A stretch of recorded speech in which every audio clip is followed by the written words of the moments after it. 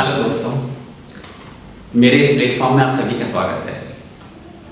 चलिए आज हम फिज़िक्स से संबंधित एक बहुत दिलचस्प बात करते हैं। आपको शायद इंटरेस्ट आए इसमें, बहुत मज़ा आया इसमें। तो चलिए देखते हैं।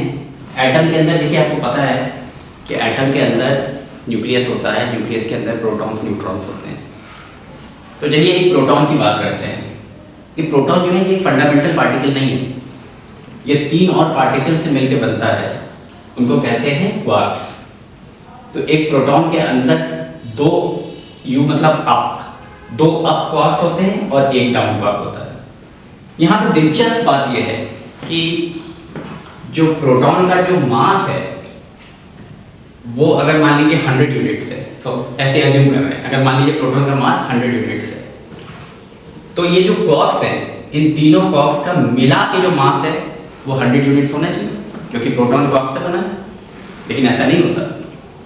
अगर आप इन तीनों क्वार्क्स को मेजर करें, उनके मास को मेजर करें, तो ये केवल लगभग 2 यूनिट्स आता है। तो बाकी 98 यूनिट्स क्या है?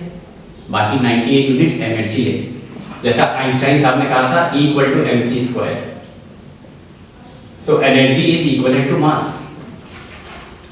तो ये क्वार्क्स जो हैं ये इस प्रोटॉन के अंदर इतनी तेजी से घूम रहे हैं कि इनके पास बहुत काइनेटिक एनर्जी है, करीब करीब स्पीड ऑफ लाइट से घूम रहे हैं, और इनके पास इंटरैक्शन की वजह से बहुत ज़बरदस्त पोटेंशियल एनर्जी है।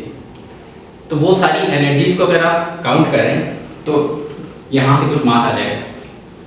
तो अगर मेजर करें तो क्वार्क्स का मास केवल 2 यूनिट्स आएगा अगर मास को मेजर करें, और बाकी मास 98 यूनिट्स मास कहाँ से आया? एनर्जी से आया।